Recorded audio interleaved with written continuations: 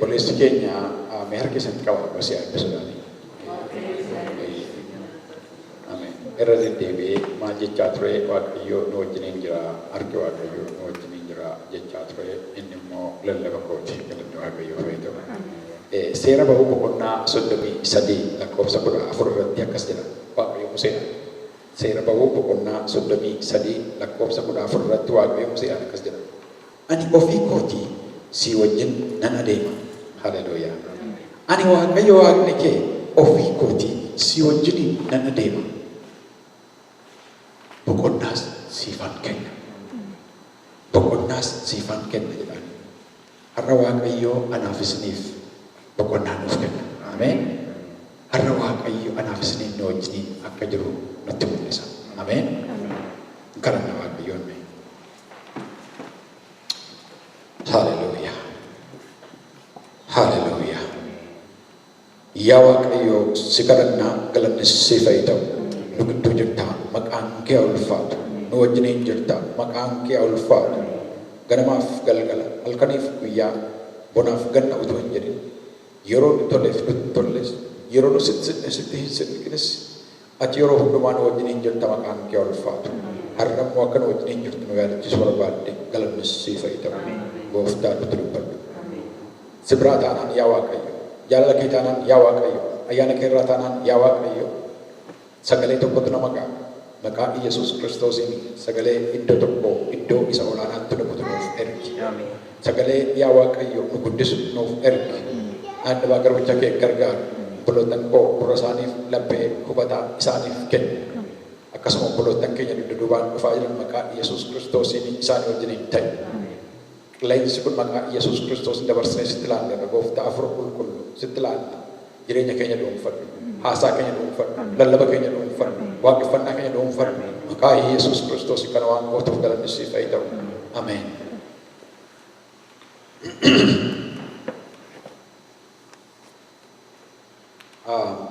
Macaafa uumamaa boqonnaa 12 lakkoofsa 1-9 warri qabsa qabatan qabadhaa seera uumamaa boqonnaa 12 lakkoofsa 1-9 itti irratti walii wajjiniin ilaalla. Darbee dubbisa iddoo hundumaa hin dubbisu sa'aatii keenyatti dhimma ba'uudhaaf jechuudha. Waaqayyo gaaf tokko Abrahaamiin biyya kee keessaa lammii kee keessaa maatii abbaa kee keessaa bayitii gara biyya ani si argisiisuu dhaqi. Ani sin eebbisaa sin guddisaas eebbas hin taata. Iddoo kanarratti yoo ilaalle jechuma seemmaa kana duwwaa irratti yoo ilaalle wanta baay'ee nama dhibu tokkotu jira. Sagalee kana yeroo hundumaa dhageessan hedduu haa ta'u iyyuu malee har'a Waaqayyo waan haaraa waan nu barsiisu qaba. Mata duree lallaba kootii Waaqayyo si wajjiniin jira. Waaqayyo anaa wajjiniin jira jedhame. Keessumaa sagalee kana irratti akkasii cimtanii barbaada. Anuma dabalatee sagalee kana irratti akka cimtuun barbaada. Maaliif yoo jettanii barri nuti amma keessa jirru kuni bara hamaadha. Of eeggadhaa abbaan waanuma facaase haammataa sagaleen Waaqayyoo jedhu sana yaadadhaa torban darbee turee ture. Biyya lafaa kana keessatti baay'ee sirriitti kan isin dhaggeeffatta kana barbaadu biyya lafaa kana keessatti baay'ee powerful kan ta'e meeshaa waraanaa miti. Baay'ee powerful kan ta'e misaa'ilii jedhanis miti. Loltootas miti. Meeshaa jabanaatti lolanis miti. Hundumaarra caalaa very powerful kan ta'e is the word of your mouth. Keessumaa namni nama geggeessu leaders kan ta'an warra mandara geggeessan ta'anii warra abbaa manaa mana bulchan ta'anii warra istoorii xummatoo geggeessan ta'anii warra isteetii bulchan ta'anii warra katamaa bulchan ta'an meersa ta'anii yookiis immoo pirezidaantii biyyaa yoo ta'e jechatu baay'ee powerful. Namni jibba facaasu du'a fida. Kan itti haammattu jibbarraa du'a. Namni abdii facaasu, namni eebba facaasu, namni jajjabina facaasu, namni gaarummaa facaasu, namni positive ta'e misooma fida, guddina fida, jaalala fida, tokkummaa fida. Kanaaf egaa jechi afaan namaa keessaa ba'u baay'ee murteessaadha. Kanarraan kan ka'e Kiristoos Yesuus wangeelaa kakuu haaraa keessatti akkas jedha. Whatsoever word you cast out of your mouth, it shall come to pass. Isin garuu jechuun barbaadan hin jettu, jechi isin jettan garuu ta'e argitu. Dhugumaan kan piraktikaaliin arge biyya keenyatti. Xinnummaa kootii ga'e. Maali onaan jettanii namoonni yeroo baay'ee sichan nama ta'aa jedhanii utuu nama ta'in yeroo isaan hafan hin arge. Sichan kana godhaa, sicha iddoo kana gaa boo'aadoo abdii jecha abdii kutannaa negatiiviti warri haasa'anii akkuma sanatti yeroo isaan hafan hin arge. Namoonni immoo eeyyee an kana nan godha akkasin gaa kana nan godha kana nan raawwadha akkas nan ta'a iddoo akkasii nan godha nan raawwadha warri jedhan immoo yeroo isaan raawwata hin arge. Kanaaf maal jechuudhaan barbaade keessumaa namoonni Waaqayyoo keessumaa afaan Waaqayyoo warri ta'an እናንተ እግዚአብሔር አምባሳደሮች ናቸው። ሰገሌ waaqayyo isin warri afaan waaqayyo taatan isin warri ambaasaadorota waaqayyo taatan harki waaqayyo isin duukaa waan jiruuf of eeggadhaa. Jecha keessan ilaalaa, karoora keessan ilaalaa, tilmaama keessan ilaalaa,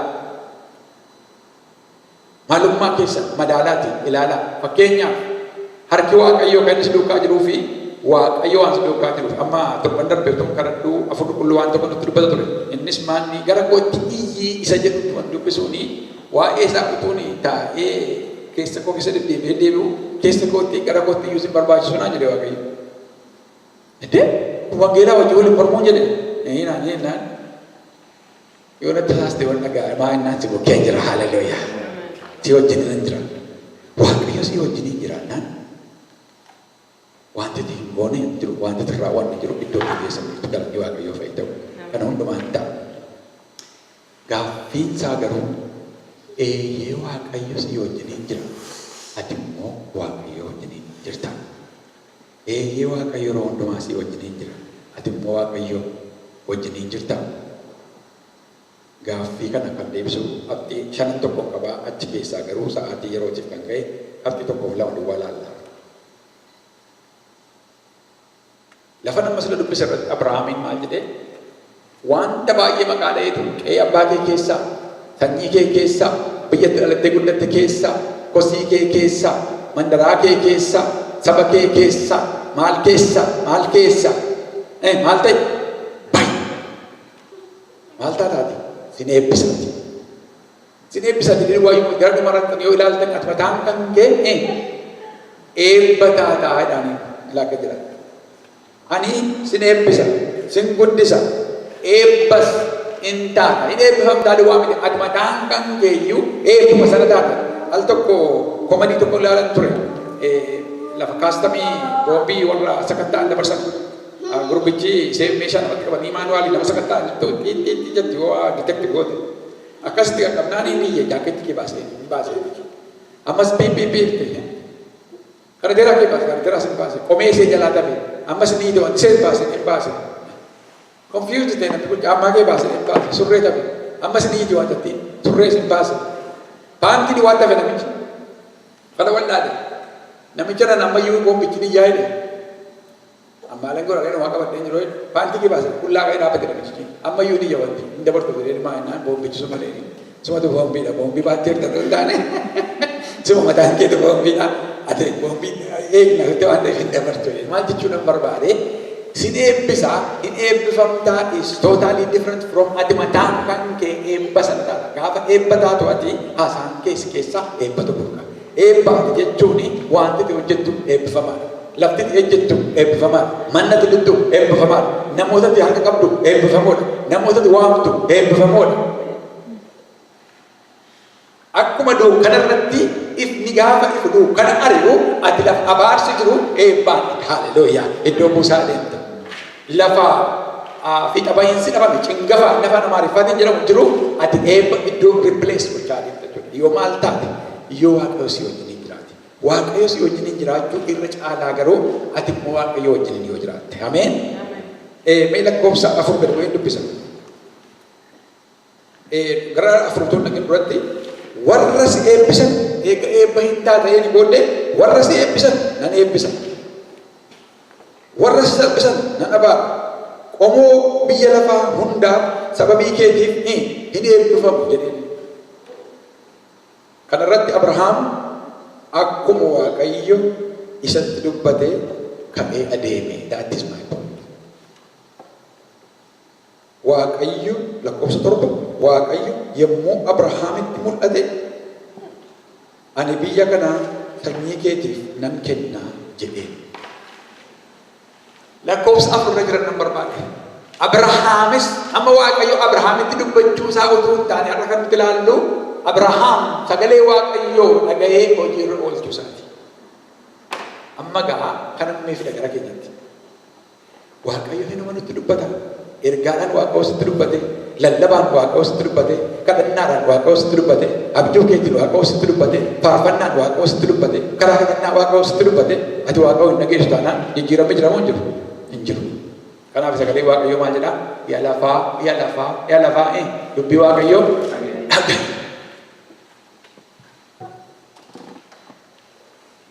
Kanaaf qabxii lama duwwaadhaan sheerisni bara jedhe qabxiin koo inni tokko Waaqayyo si wajjiniin jiraachuusaa kan itti powerful taate mirkaneeffatu ati Waaqayyo wajjiniin jiraachuu keetiin. Innis maanni Waaqayyoof abboomamuudha.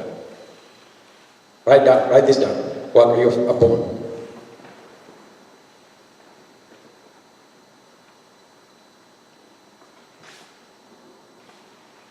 Waaqayyo sitti dubbate, isa Waaqayyo sitti dubbate dhageessee yoo abboomamte 100% hir'uu tokko malee Waaqayyo si wajjin jiraachuu isaa agarta. Ameen. Galanni Waaqayyoo fa'i ta'u. Mee lakkoofsa 4 deebi'a. Kana irratti Abrahaam akkuma Waaqayyo isatti dubbate ka'ee hin adeeme. Waaqayyo yommus Abrahaamitti mul'ate. Haleluuyaa.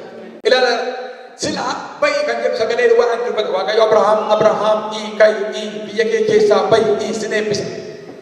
Sagalee isa dhaggeeffatee gaafa nu sadarkaa lammaffaa naawus advaansii lafa amma Waaqayyoon dhaggeeffatee gaafa inni lafa sanaa bahu Waaqayyo maal ta'e itti mul'ate.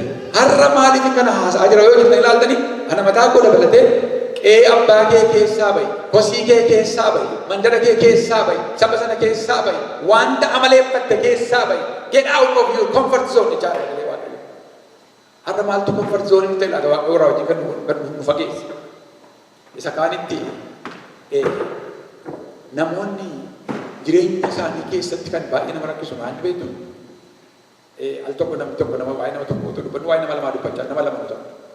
Nama tokko tanii waa'ee nama tokko dubbadha. Akkam goonee abaluun gargaarraa jedhee nama tokkotti dubbadhaa jedhe. Gara waggaa 5 akkas hin ta'a.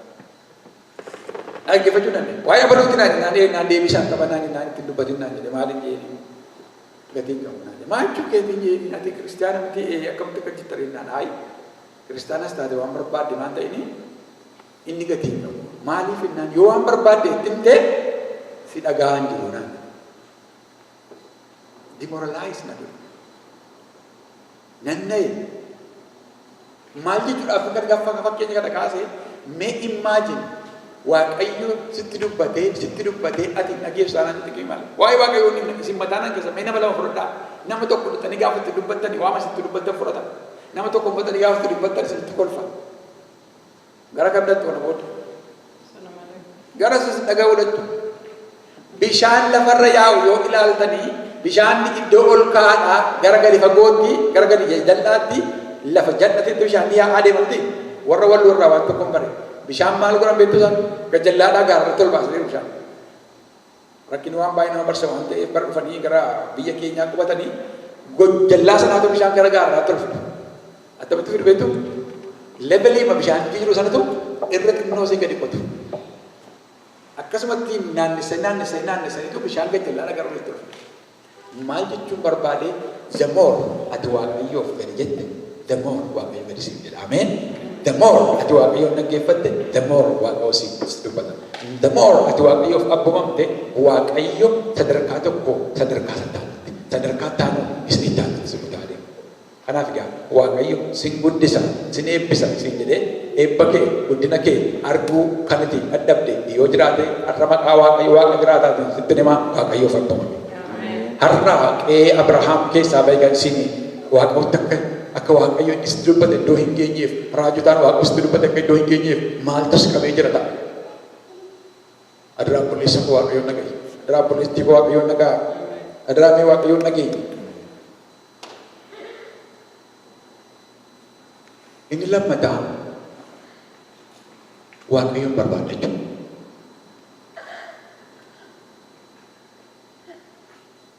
Takka mana barumsaa keessatti ta'u, biiroo keessatti ta'u, manatti ta'u, waa tokko fuudhuudhaaf kutaa tokko lixanii maaliif iddoo kaa dhufeettanii isa deemtanii beektu? Beektu? Yes. Inni raawwatu. Tokkoon immoo beennaa afaan harkatti baataniitu iskiriiptoo barbaachuu deemtu. Eegalatanii waliin maaliif iddoo kaa lakkaa'aan deemira. Waaqayyoon barbaadachuun akkasii. Museen seera boqonnaa 33 yoo ilaaltanii utuu Waaqayyo si wajjin jiru, utuu Waaqayyo ulfinaan dubbatu, utuu Waaqayyo abiddaan itti mul'atu, utuu Waaqayyo waan inni godhu amma itti fufee maal jedhu? Adaraa yaa Waaqayyo ulfina kee natti argisiisi. Adaraa yaa Waaqayyo ulfina kee natti argisiisi. Adaraa yaa Waaqayyo ulfina kee natti argisiisi. Adaraa yaa Waaqayyo ulfina kee natti argisiisi. Dabalee. Daawitiinis immoo yoo ilaaltanii garmalee eegu Waaqayyo akka qabu gaafa dubbatu boroonni burqaa bishaaniitiif akka yaaddu lubbuun koo yaa Waaqayyo yeroo hundumaa si dheebotte. Hafuura qulqulluudhaan guutamuun, ayyaana Waaqayyootiin guutamuun, arjummaa Waaqayyootiin guutamuun, Waaqayyoon geggeeffamuun full stooppii qabu itti fufaa jechuudha. Kanaaf egaa maal barbaade Waaqayyoon barbaadadhu. Waaqayyoon barbaadadhu. Waaqayyoottis maxxani yaada Waaqayyoo hubadhu. Waaqayyo si wajjin ta'a.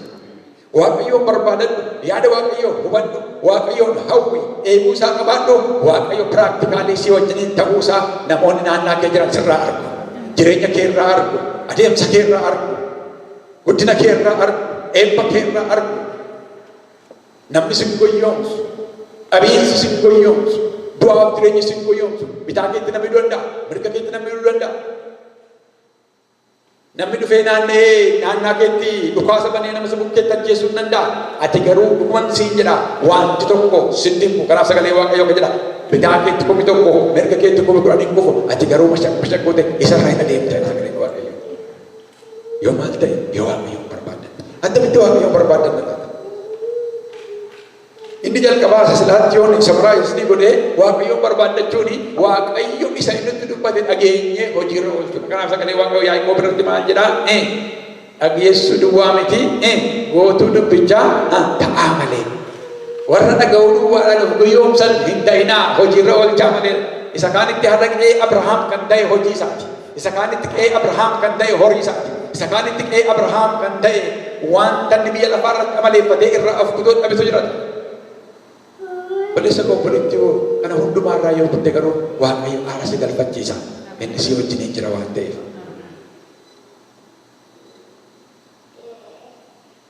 Macaafa Saamu'eel lammaffaa boqonnaa 21 irratti wanta baay'ee nama dinqisiisu tokko ilaalla. Macaafa Saamu'eel isa lammaffaa boqonnaa 21 guutummaan isaa manatti gaafa galtan dubbifadhaa. Achirraa garuu waan tokko dubbachuu barbaada. Bara mootummaa Daawit keessatti waggaa sadiif beelli jamaan ture. Waaqayyo immoo isaanitti hin dubbata waan ta'eef Daawititti Waaqayyo dubbate maaliif beelli kun akka dhufe? Nugusi si fuuldura ture. Eenyuun Daawitin dura ture? Mootiin Daawitin dura ture. Saa'ol inni yaadatanii? Saa'ol mootiin saba Israa'el Waaqayyo dhibee kaase Daawitin dura kan ture waa tokko aca barabbaree ture. Waa waliin dheera. Daawit kan irratti Waaqayyoon hin barbaaddate. Waaqayyoon barbaadadhaas ni jedhe. Kan irratti Waaqayyoon barbaaddate. Sababii isaa olii namoota Geebiyoon ajjeeseef garuu Waaqayyo waggaa sadii walakkaadhaa fi gogiinsa fide, beela fide, rakkoo fide saba Israa'el irratti. Booddee Waaqayyo Daawitiin akkas jedheeni. Saba Geebiyoon Saa'ol miidhaa irraan waan ga'eef kanaaf saba kanatti gaddeeranii Daawit si'ana maal godhe? Wanta Waaqayyoof hin taane maaltu Waaqayyoon gaddisiise? Waaqayyoon barbaadachuu keessaa inni tokko Waaqayyoof wanta ta'u Waaqayyoof dhiyeessaa, Waaqayyoof waan hin taane ofirraa fageessuudha. Ameen. Namni Waaqayyoon barbaadatu wanta Waaqayyo isarraa barbaade Waaqayyoof hin kennaa, wanta Waaqayyoof hin taane immoo ofirraa fageessa. Ameen. daawwit dhaqeetu saba warra Geebiyoon bulchoo isaanii waameetu maal goonuu akkam yoo goonee nutti araaramtu jedhe gaafatan. Jarri akka jedhaniin Saa'ol mootiin Israa'el nu goyyoomsee saba keenya fixe. Nu isinirraa warqee hin barbaannu, kaasaa isinirraa hin barbaannu, meetii hin barbaannu, horii hin barbaannu. Macaafa Saamu'eel isa lammaffaa boqonnaa 21 akka fikshiniitti namni tola dubbisaa kanatti gaafa galtanaa barreeffadhaati. Nuti homaa sirraa hin barbaannu garuu waan kanu si gaafannu tole nuu jedhii kanaan araaramnaanii waan isin barbaadan narraa wadhaa Waaqayyoon waan gammachiisu taanaan natti maalee. Ilmaan Saa'ol keessaa nama 7 nu kenne. Anneef annis ni argina.